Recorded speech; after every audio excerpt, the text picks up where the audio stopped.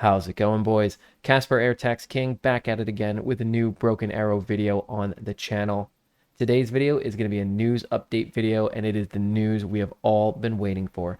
The PTE public test environment will be closing tomorrow, June 25th, 2026. Currently recording this right after the news bulletin dropped on the 24th, and hallelujah. This is the news that, again, we've been waiting for so long now. It's been basically over a month that the community's been clamoring for the PTE to at least be shut down. For those of you who are out of the loop, there's been the PTE server, which is a test environment for new elements, gameplay elements that the devs are currently developing. And there's the vanilla branch. The vanilla branch has gone unupdated for almost 3 months now, which is just ridiculous. I think the last major update was Baltic Battalion. The PTE has gotten a steady stream of hotfixes and changes, but none of those have integrated into vanilla.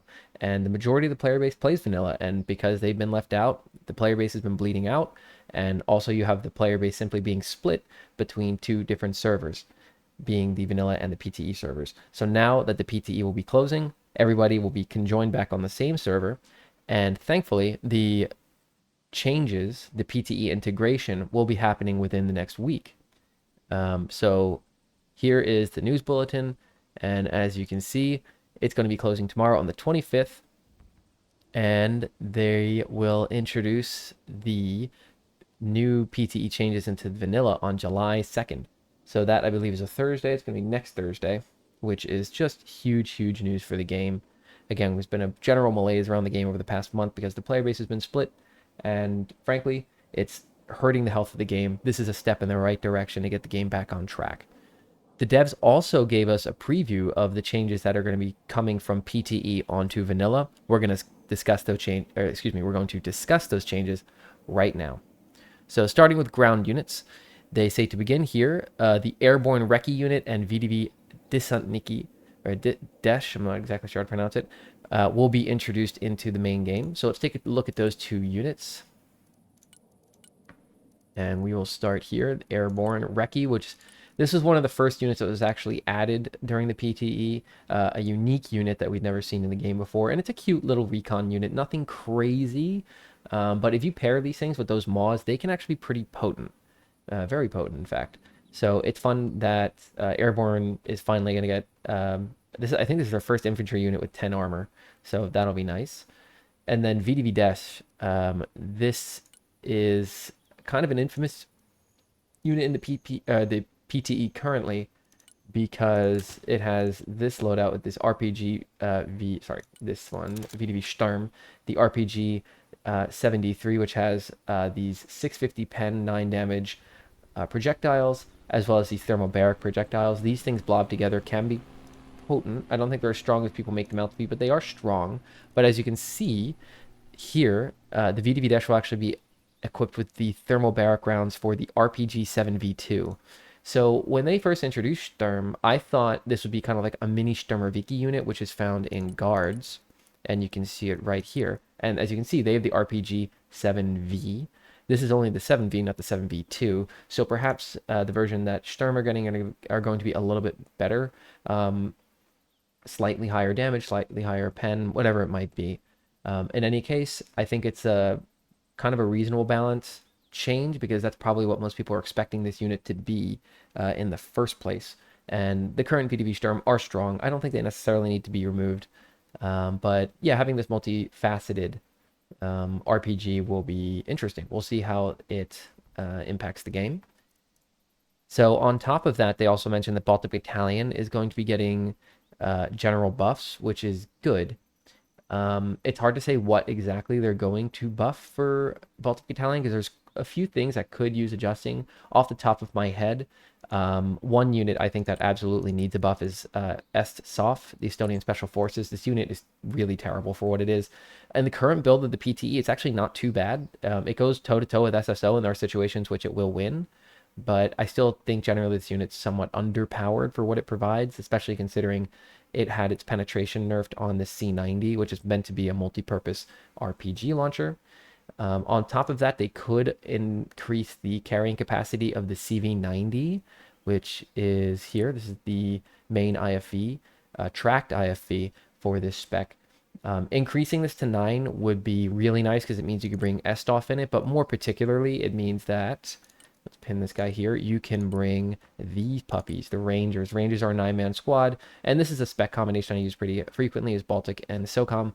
And one of the annoying things is that Rangers, which is kind of like a main line infantry unit, cannot be paired with this unit. You have to bring it in the Vilkas, which is here. I'll actually pin this guy. You can bring it in the Vilkas, which is wheeled and a fast unit, and it's comparable to like the Boomerang on the Russian side. It's pretty good for what it is. It has relatively low armor. It has you can upgrade it to get strike shield, active protection, but it's not quite the same as the CV90, which you can up armor, which is really nice. That nice little up armor upgrade. So having this with these guys would be a really strong combo. Other things they can change, like little things, I guess. Like they could give the Scimitar, which is one of my favorite units in Baltic. It's just a fun little troll unit. Maybe let them carry 2 guys or 3 people. It's not really realistic. Or maybe even the TGB. You can see there's literally 2 seats here that are unoccupied. I mean, it's a tight squeeze there, but yeah, that'd be potentially interesting. Being able to carry something like Snipeted, I believe it is. Where are they? No, come on. Yeah, no, Snipeted. Or Snapeted. A 2-man unit. They already have plenty of fast wheeled options. I mean, they have the Wolf, for example. But in any case, just a few recommendations. Maybe they can move some points around as well. Maybe give more air points or give more vehicle points. It's up to the devs. We'll see what they end up doing. And then next is a general list of changes. So an increase to damage of tank shells. So this is the main change of the PTE. Just to take a look here. You can see on main battle tanks with 120 millimeter guns or larger, in the current build of the game vanilla, this is 6 damage. It's been increased to 10. This is the best change of the PTE, and hopefully, no, well, we don't have to hope anymore. They are bringing it. I just hope it is the full 10 damage.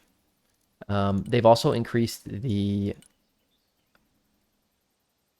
yeah, they expanded the availability for T-72s, which is interesting because it already is very available. I think you can take 6 of them, if I'm not mistaken. Yeah, you can take 6 T-72Bs. You can take 3 T-72BMs or B3Ms, which is the modern variant. This is Obadezet 16. This is the newest one that's currently in the game.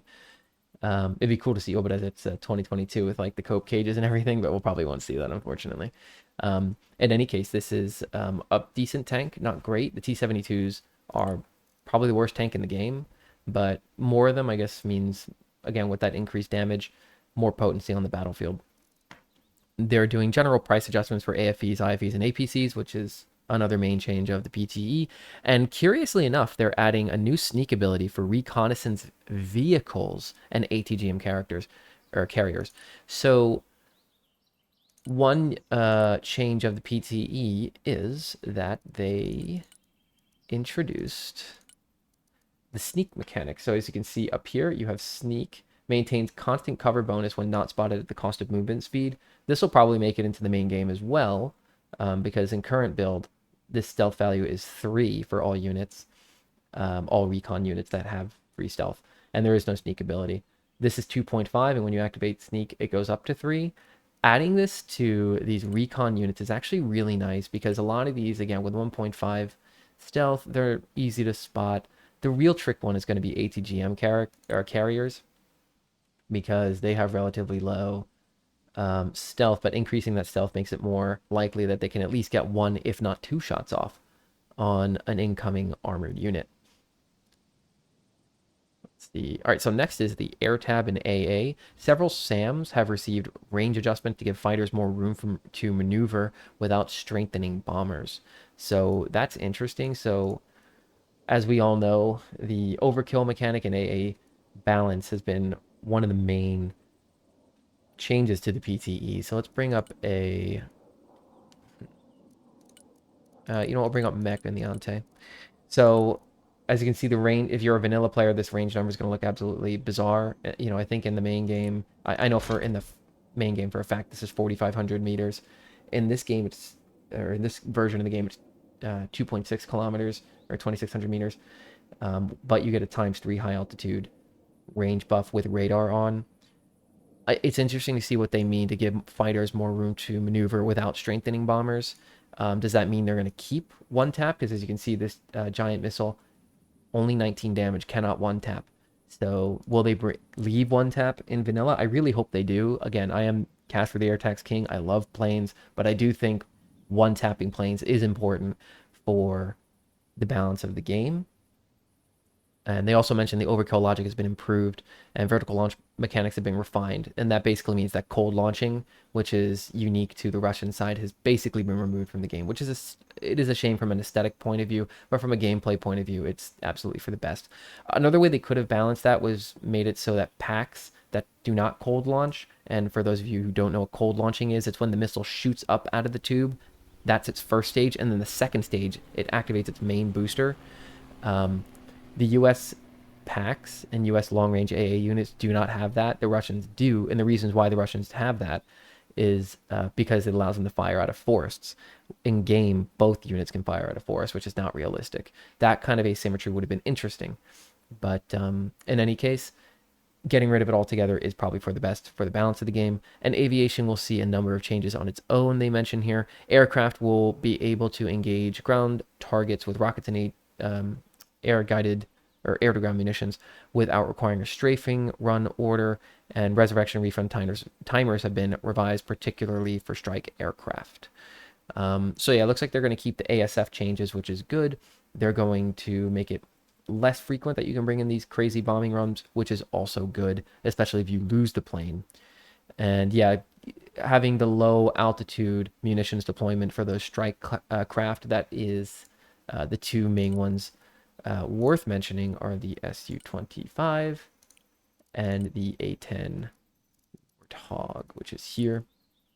These two guys can now fire their Mavericks, their KH-20, or not a KH-29, but their Vikirs, their KH, where are they? Not here. KH-25s, there you go. KH-25 is comparable to the Maverick. They can fire those at low altitude now, which is really nice, which is really, really good. These planes were useless in vanilla. They're really strong at the beginning of PTE. They've been mellowed out somewhat, but they're still very useful. And especially the gun on the A-10, this is the best helicopter killer in the game.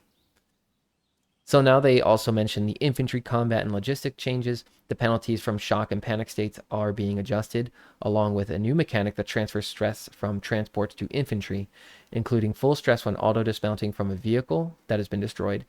At the same time, infantry micro will become more convenient thanks to a few things we'll mention in a second here.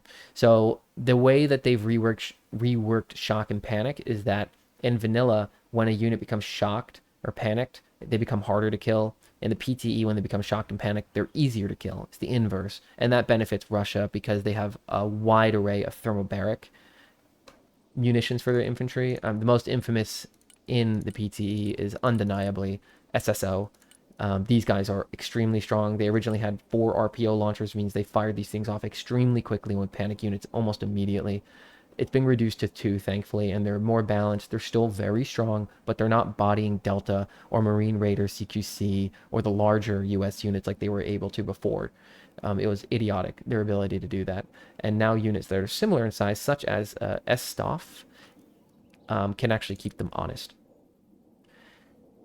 So the changes that they mention are an option to resupply units without unloading them from their transport. That's good. A new ability for some vehicles to rearm infantry without using supply dumps. So that's interesting phrasing. Currently, you can use IFVs to resupply your units, and that also includes the health of the unit. Does this mean you can only rearm their ammunition and not their health? We'll have to wait and see. And they don't specifically say here that the IFV resupply is here. I mean, that's basically what it is, but it's not as general as it is in the PTE currently. Infantry transported in helicopters can now survive low altitude crashes, albeit with heavy casualties. That is a major, major change, and it's something we've been looking forward to for a long time. It'll be interesting to see how they calculate that. Like, for example, say you have like a full Osprey or something like that, and will there be some sort of calculation Again, is this going to be considered low altitude? Is it the speed going to be considered for this calculation? I don't know. But is it going to be that all the units survive? It's just they have really low health, or is it going to be like a coin flip? There's a 50% chance they survive, or 33% chance they survive, and if they do survive, they take a heavy damage hit. That'll be a really interesting thing for them to buff. And then they also mentioned numerous fixes to order logic and interactions between infantry transports and supplies. So we'll see what they mean by that. That's something we're just going to have to test out in game. And the last thing they mention here is artillery. Artillery is receiving increased refund cooldowns, longer ammunition supply times, and adjustments to several munition types. The area of effect for cluster munitions has been increased for the howitzers, so tube artillery, and smoke screen duration for mortars has been restored to 60 seconds. So they don't mention the MLRS change. That was a major thing that was changed for the PTE, and I'm telling you, it was for the best. MLRS spam in vanilla is oppressive. It's annoying, and especially with the rework that they made to infantry deployments and to infantry spawn timers, it takes longer for infantry to spawn in or respawn in after they've been killed in the PTE. This is a major thing I think they should keep from the PTE. There's some players I know who love their artillery spam, their MLRS, their rocket spam. Rocket spam is very low skill, in my opinion. It's not the same as like missile spam. Missile spam, as it was in the beginning of the game, was overpowered because the missiles were just broken. Like the individual missiles, like the KH-32, were literally bugged. But now you actually have to set up to get that to work correctly. MLRS spam is absolutely boring. And if you actually play like that, don't talk to me. But in any case, hopefully they keep that change as it is in the PTE, because I think it's actually pretty well balanced. You can still use MLRS, don't get me wrong. You can still use it pretty often, all things considered. It's just not as oppressive or as often as it is currently in vanilla. So a lot of changes were left out here, but they do mention here that there's going to be many bug fixes in QOL, quality of life features, including cooldown timers and DPS values for unit cards. Thankfully, as a final reminder, this is only a brief overview of the most notable changes. The full patch notes, will be published on the day of the update, which is July the 2nd. So I just kind of made a quick note of a few things that I hope they keep that weren't explicitly mentioned here. So there's the ASF rework, specifically for long-range missile speed. So ASF cooldowns, so a unit, let's use the Felon because I'm really familiar with that unit. You have the Su-57 Felon, and as you can see, if you bring it with bombs, that's how I would bring it. 12-minute respawn timer, 6-minute return to deck. It's actually not that bad looking at it, but if you change that to pure air-to-air, it's only 8 minutes with a. If you are able to get it back to deck, it's only 4 minutes. And then if you bring like the long-range interceptor variant, relatively long, but still not bad.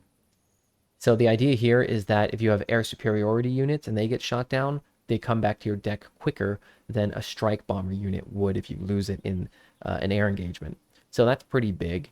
And I do hope that they keep it because it was one of the best changes of the PTE. And another one too is that if we check the missile speeds here, in vanilla, this is your medium range missile speed.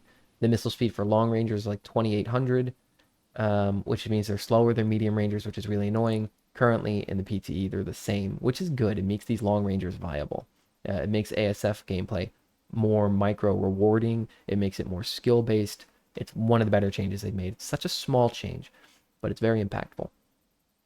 Another change I hope that they keep is the recon vehicle IFV capacity. So there was a change recently that introduced IFV capabilities to some of the recon vehicle units. So vehicle units that are specifically in the recon tab. So let's go here to this guy. So for example, in vanilla, the Sadamat doesn't carry anyone. In the PTE, as you can see, it carries 3 guys, which is really nice because it goes 130 kilometers an hour and it can natively carry its own recon unit, the VDV Snipity. So this kind of unit, there's a few more that are really good, like the MATV immediately comes to mind.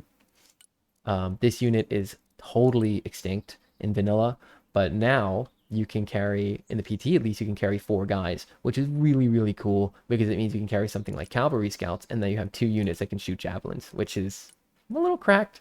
Not broken, but it is kind of a fun little surprise to start a match off, in my opinion. And on top of that, they did not mention, yeah, on the topic of SOCOM, the Guardian is now back in SOCOM. Hopefully that stays. Now we're just kind of nitpicking little things. The Guardian, I mean, a major change though to Coastal, which is my favorite deck probably in the whole game. It's Cegneveretti. They were buffed from that 7-man unit that was fine, and they changed it to a. I mean, it's probably right here. Yeah, what am I doing? Yeah, here, Cegneveretti. Now it's a 12-man unit, and they have access to the RSHG1, which is Thermal Barrack, as well as the standoff variant with the RPG-29 Vampire. So this is a great unit. I mean, this is a genuinely really good Russian infantry unit. They lack these in general. They just don't have large infantry units. Aside from this, I think the largest infantry unit is like 8 men, or maybe 10, and they're not good. The bigger Russian squads suck. So having a 12-man unit that's actually very good, it feels like an actual special forces unit, is really nice. And hopefully this unit makes its way into vanilla. On top of that, though, that's pretty much it.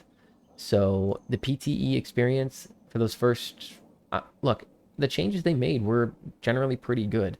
The overkill mechanic, that's something they're going to continuously want to balance because they don't want to completely make air combat completely extinct. But they also have to understand that